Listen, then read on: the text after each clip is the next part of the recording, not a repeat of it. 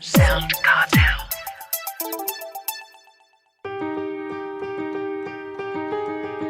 From SoundCartel, I'm Nicole Goodman, and this is Business Essentials Daily.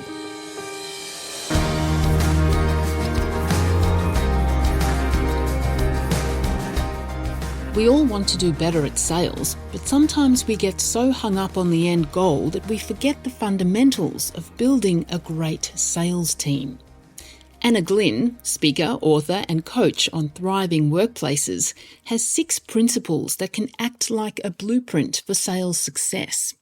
She walks Chris Ashmore through each one in a moment. First, she says sales success isn't just about hitting a target. I see success more as teams that are fully engaged, they're highly satisfied in their work, they're able to handle pressure and cope well with challenges.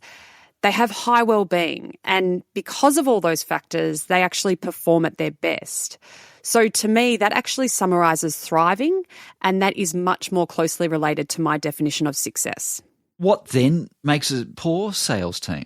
If I was to define a poor sales team, I'd probably consider they might be a team that is still regularly meeting their targets, but they might actually be a team that we would suggest are unhealthy, or they're not well, or maybe they're highly stressed or burnt out.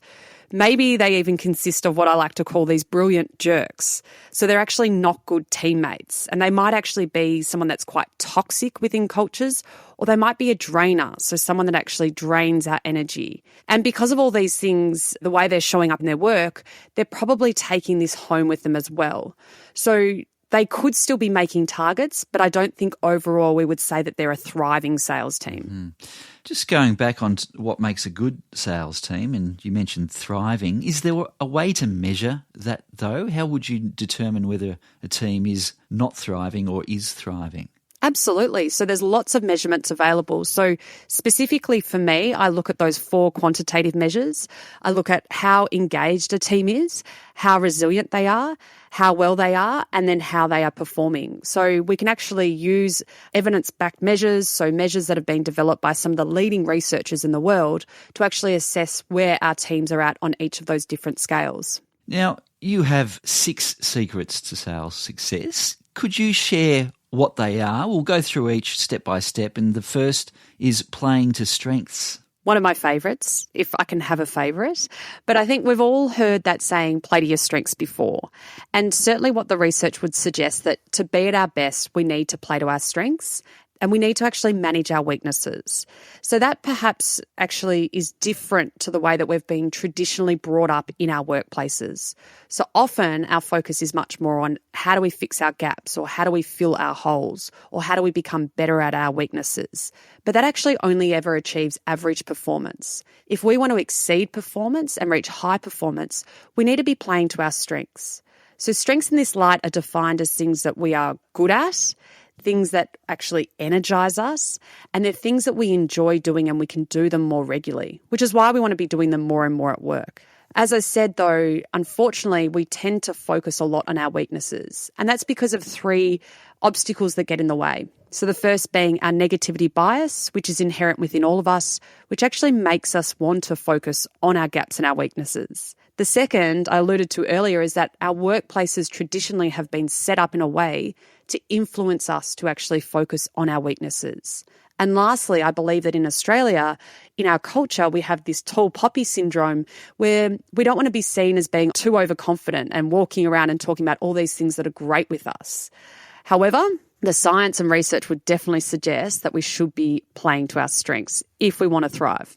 Well, the second secret you have is around trust. Well, I think it goes without saying that trust is fundamental in sales. And certainly the role of a salesperson is around building those genuine, trusting relationships, certainly with their clients, but I think more so definitely with their team members and their stakeholders as well. So that's a one-to-one relationship. What's also needed is this idea of psychological safety, which is an extension of trust. But that's something that actually exists within the culture of sales teams. So this is where, when we have trusting relationships, we can actually build a culture where we are safe to make mistakes, where we can learn, where we can collaborate, where we can innovate. And because of that, we tend to see a lot more creativity occur, and people tend to have greater relationships as a result. And this is typically what we see when organisations are able to have a competitive edge over others. Well, number 3 is resilience. What do you mean by that? Well, given the number of setbacks and knockbacks that salespeople face probably daily, resilience is certainly an essential for sales teams to be able to persevere and grow in spite of those challenges. So what we find is that if sales teams don't have resilience, they might be the sort of people that actually ruminate, or they might be procrastinators, or they avoid challenges, and they typically lack motivation or are withdrawn. So what we've noticed is that resilience can be the difference between the salespeople that actually achieve their goals and those that don't. So resilience is absolutely one of those fundamental elements that every salesperson needs. Number 4 is optimism. What I like to begin with is that optimists tend to outsell pessimists by 20 to 40% on average. So I think when it comes to sales teams and sales leaders and certainly what they're trying to drive, it's really interesting that our mindset, so if we are more of an optimist as opposed to a pessimist, we're typically going to be more likely to actually exceed our goals. So we could say that optimism is a breeder of success. And an optimistic mindset, yes, it is about the way that we think. It's not just about, how full or empty the glass is. But because of the way that optimists think, they tend to be better problem solvers. They're more encouraged to take action. They're more energized. They have greater relationships.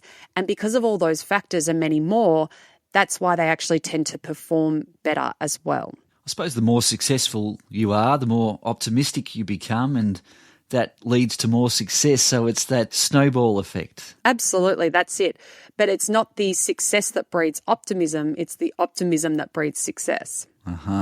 Now, the 5th secret to sales success is around networks. And this is quite similar to what we were talking about earlier with the trust and psychological safety piece.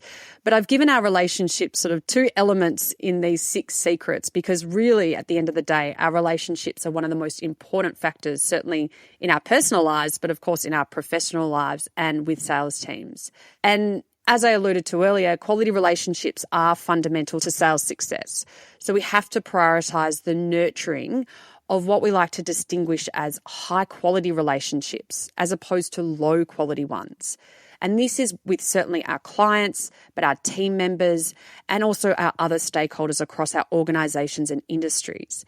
We have to recognise that these relationships are actually what can help build our energy, and they have a massive impact on things like our stress levels and ultimately our business outcomes as well.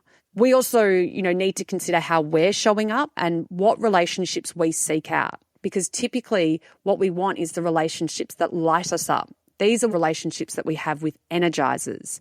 And we also have a choice as to whether we are an energizer or a drainer. And that choice can then obviously have a massive impact on the broader teams around us. So we definitely want to have more energizers within our teams and for more people to be making that choice to be an energizer. Now, the 6th and last secret is about goals. I suppose you can't get ahead in sales without some kind of direction. Well, that's it. But, what's also important is certainly the goals, but it's the motivation to get there as well. So contrary to a popular opinion, sales teams aren't only motivated by money.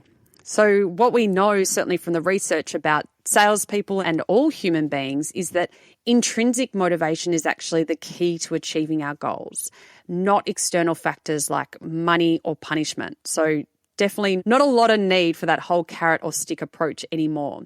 So when we are intrinsically motivated, we actually satisfy some of our psychological needs. So this includes things like competence. So do we feel like we are growing and developing in our roles? Also includes autonomy. So do we feel like we have some flexibility in the way we work or who we work with or how we work? The other factor included here is also relationships. So do we feel like we have those connections around us? So we actually feel like we have that sense of belonging, which is such a fundamental need for people. And finally, what we also need is that connection to purpose. So is our own individual purpose aligning with our organisation's purpose so we can find meaning in our work? When we satisfy those needs, what we find is people are more intrinsically motivated to achieve their goals. Well, we've covered a lot, those very juicy 6 secrets there, Anna, and I suppose with anything, it doesn't work unless it's implemented. And how do you suggest companies bring this into their sales team? Would it take a long time to implement? Absolutely. So these things, it's human behaviour change. They do take time. But I think the first thing to recognise is that lots of organisations will already be doing some of these things well already. So those 6 secrets could actually be a reminder of some of those things that should be continued and certainly reinforced ongoing. I always say they're not rocket science, so intuitively they make a lot of sense, even though they're actually based on science. But maybe some of these 6 secrets might be new to others, or maybe people have realised that there are some areas that they actually need to focus on. So these are the factors that should absolutely be captured, and they form part of the plan going forward.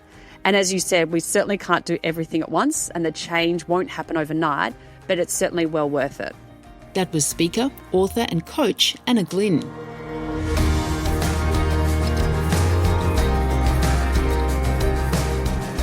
This episode of Business Essentials Daily is produced by the team at SoundCartel. Thanks for listening. I'm Nicole Goodman. We'll bring you more Be Daily tomorrow. Follow @BE Daily Podcast across social media and head to bedaily.com.au for more from the Business Essentials Daily podcast. SoundCartel.